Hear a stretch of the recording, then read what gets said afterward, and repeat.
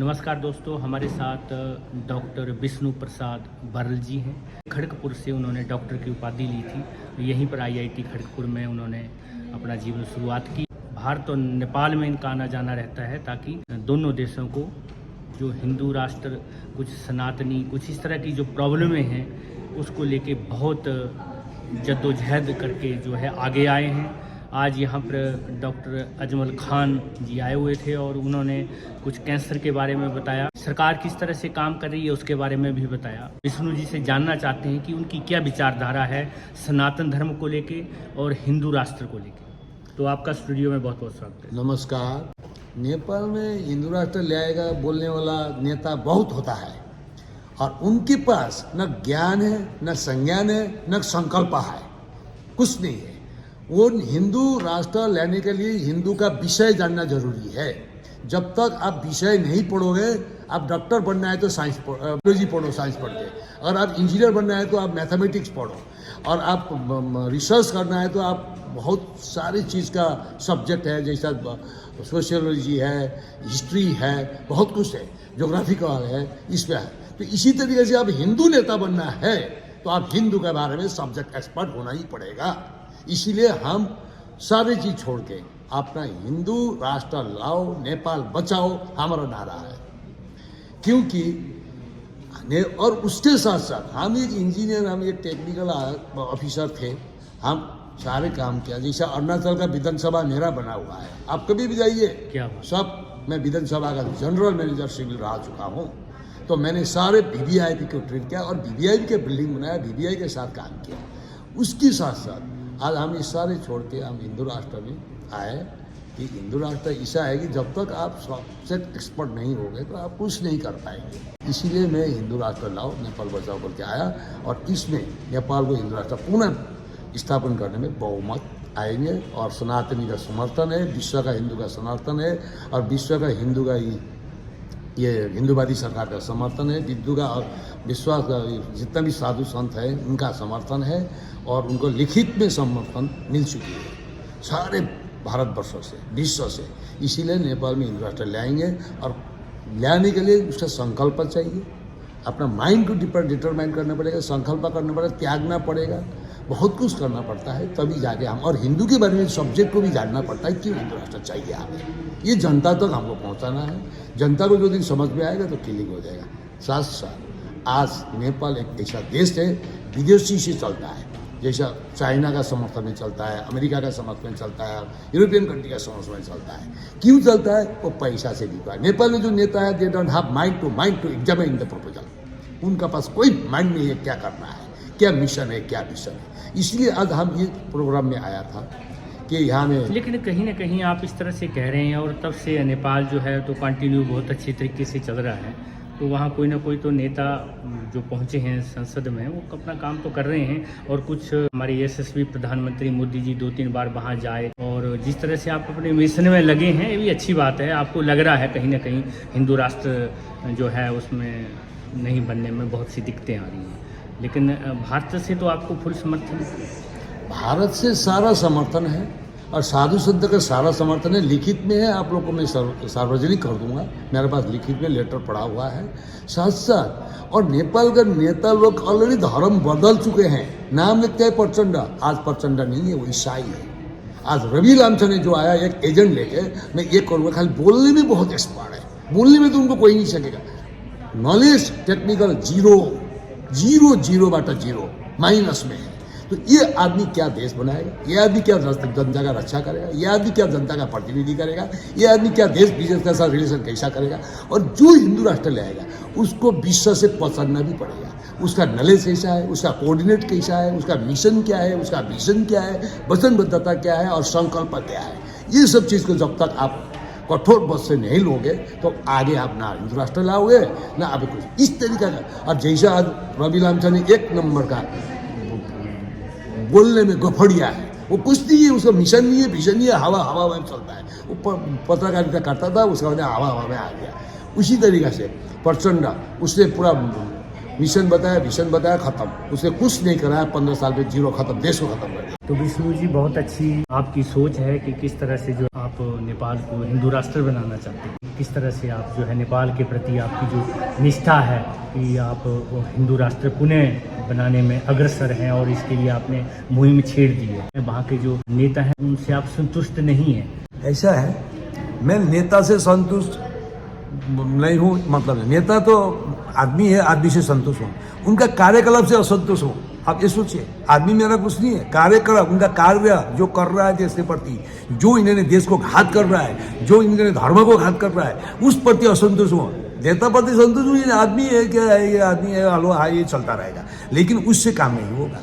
देश को हिंदू राष्ट्र घोषित करना पड़ेगा। इन्होंने जैसा बर्बाद किया है, ऐसे घोषित दोबारा पुनः, और धन और बॉल और मिशनरी का अमेरिका का स्टाइल में इन लोग ने धर्म निरपेक्ष बाहर के देश से जो है कई चीज़ें जो है जरूरी होती हैं राष्ट्र के लिए, जो राष्ट्र निर्मित नहीं कर सकता है, तो इधर दूसरे देशों से उनको लाना पड़ता है देश की तरक्की के लिए। तो क्या लग रहा है आपको, वो सही नहीं कर रहे हैं? ला रहा है क्या देश में? क्या सबसे गरीबता में जाइए तो साउथ एशिया में, विश्व का तो बात छोड़िए, साउथ एशिया में गरीब देश में आ जाता है नेपाल 3 नंबर में। अब ये इसमें डाटा क्यों नहीं देख रहे हो आप लोग? 3 नंबर में आता है गरीब देश में, नेपाल गरीब देश है और बेरोजगार है, युवा विदेश जाने में लागे रहते हैं। 1 साल में 19 लाख युवा बाहर जाते हैं, तो क्या देश निर्माण होगा? क्या देश का तरक्की होगा? क्या देश का विकास सोच सकते हैं? और भंसार विश्व में ओनली 28% से ज़्यादा कहीं दुनिया में भंसार नहीं है विश्व में। आप खोल के देखिए, आप लोग मीडिया पत्रकार हैं, आप लोग कलाकार हैं, सब कुछ आप लोग हैं। इसीलिए आपको मैं कहना है, नेपाल में 350% कहाँ से ले भंसार बॉर्डर में? इंडिया तो नहीं ले रहा है। इंडिया तो स्वयं इंडिया नागरिक को जो रेट में दर में मिलता है, वही दर में उनको नेपाल नागरिकता को मिलता है। तो वहाँ बीच में ये क्यों ले रहे? क्योंकि उनका अपना बच्चा पालना, उनका दामाद पालना, उनका परिवार पालना, उनको खुद भ्रष्टाचार करना, मकान बनाना, बच्चे को विदेश पढ़ना, इसीलिए भ्रष्टाचार करते हैं। वहाँ में उपजाऊ कुछ नहीं है, ग्रोथ नहीं है नेपाल में। तो नई ग्रोथ होने का वजह से इन लोग ने ऐसा फायदा उठा के नेपाली जनता और युवा सारा देश भेजने का कारण क्या है? युवा देश भेजना मतलब युवा काल हम लोग को बुना भगाए, इसलिए देश भेज दिया, बूढ़ा बूढ़ी रहेंगे, वो कुछ नहीं कर पाएंगे। ये इन लोग का मिशन है। और उसके बाद धर्म परिवर्तन। तो कहने का मतलब इस मिशन को जो है आप रोकना चाहते हैं कि उनकी जो ये मंसूबे हैं, उन्होंने जो सोच रखी है उसको ख़त्म करेंगे और जो है हिंदू राष्ट्र घोषित करेंगे। तो आप किन किन नेताओं में वहाँ नेपाल में या इंडिया से आप किसकी हेल्प चाहते हैं कि मोदी जी आकर 2-3 बार जाए वहाँ पर? मोदी जी से हमारा ये अपेक्षा है, वो एक हिंदूवादी नेता है, बीजेपी हिंदू नेता है। मैं ये हमारा ये मंच का कहना है, मोदी जी इनमें हस्तक्षेप करें और धर्म परिवर्तन को रुकाए। अमेरिका आ रहा है, धर्म परिवर्तन कर रहा है, MCC लाया, विकास के नाम में NGO लाता है, उसके बाद धर्म परिवर्तन कराता है और स्वयं भी धर्म परिवर्तन कर रहा है और स्वयं धर्म परिवर्तन कराने में कुछ बोल नहीं रहा है, रोक टोक नहीं है। नेपाल का एक संविधान है, धारा 26 में लिखा गया, धारा 26 पारा 100 उपधारा 3 में लिखा गया है कि अगर तुम किसी ने धर्म परिवर्तन करता है तो उसका ऊपर कार्रवाई होगा। तो कार्रवाई क्या करेगा? नेता खुद करा रहा है, प्रधानमंत्री खुद ईसाई है और रवि लामसे ने खुद ईसाई बनाने में लगा हुआ है। 84 मिशन बोलता है कभी कभी, ईसाई बनाने में लगा। उसके बाद कोई मिशन नहीं है, कोई विजन नहीं है, कोई दिमाग नहीं है, ऑन पॉट है। जो पढ़ा लिखा है वो लोग बंदूक चलाने सीखा, जनता मारा, देश बर्बाद कर दिया। तो उनको पढ़ा लिखा हम नहीं काउंट कर सकता, हमारा मंच उनको बोलता है कि ये गवार है सब, इसीलिए इस तरीके का काम कर रहा है। नहीं तो सक्षम व्यक्ति होगा ये काम कभी नहीं करेगा। समाज के सामने लाने के लिए, समाज में प्रतिष्ठा करने के लिए उसका सक्षम होना पड़ेगा और पढ़ा लिखा का ये प्रमाणित करना पड़ेगा कि मैं पढ़ा लिखा हूँ, मैं ऐसा काम नहीं कर सकता हूँ। तो वो लोग तो वो काम नहीं किया, तो इसलिए हम उनसे नाराज हैं। मंच हमारा नाराज है। नेपाल में पूरा नेपाल 99% हिंदुइज्म था, अभी 81% में आया।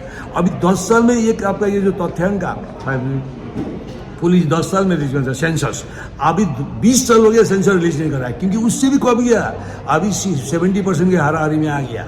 इसीलिए वो लोग सार्वजनिक कर ही नहीं रहे सेंसस नेपाल का।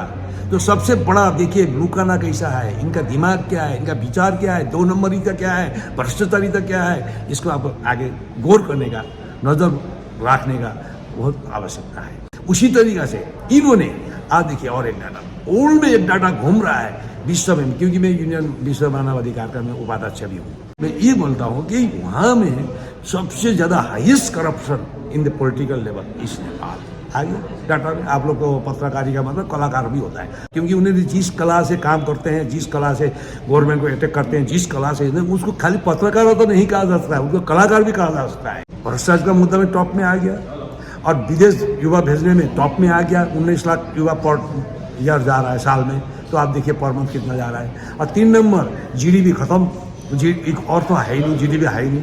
तो इनका कुल मिला के इनको देश खत्म करना है, देश बर्बाद करना है और टुकड़ा करना है। चाइना में जाएगा बोला पैसा दो, नहीं देगा भारत जाएगा, भारत जाएगा पैसा नहीं देगा, यहाँ आएगा सिटी को बोला पैसा नहीं देगा, हम अमेरिका जाएगा। इस तरीके से धमकी टाइप का बात करते हैं।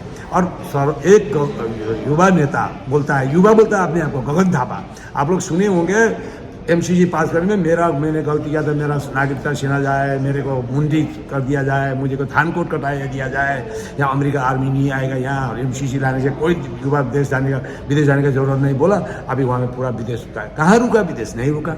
रवि लम्जे ने उससे भी फटा।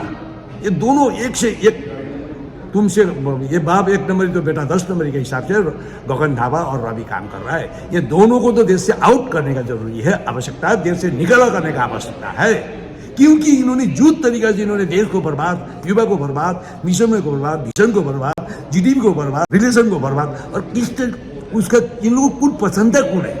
जो देश में नेता बने जो अंतर्राष्ट्रीय लेवल पे जानता हो, देश में वो नेता बने जो उसका तजुर्बा हो, देश में वो नेता बने जिसका पास टेक्निकल नो हाउ हो, जो देश में नेता बने जो पॉलिसी आपका ये जो विदेश पॉलिसी को समझा सके, विदेश पॉलिसी को समझ सके, पढ़ सके, ऐसा इस तरीका का एक चेहरा नेपाल में जरूरी है, आवश्यकता है, तभी जाके न्यू तो नेपाल। आपका बहुत बहुत धन्यवाद, बहुत सी बातें आपने बता दी हैं और फिर एक नई मुलाकात आपके द्वारा होगी। तब तक के लिए नमस्कार, जय हिंद, वंदे मातरम, जय हिंदू राष्ट्र। नमस्कार। आप हम लोग हमारे यहाँ में आए मंच में, हमारा मंच का 2-4 शब्द रखने के लिए मौका दिया, अवसर दिया, तो आपके चैनल को भी हम बहुत बहुत आभारी बोलते हुए विदा लेता हूँ। नमस्कार, धन्यवाद, थैंक यू।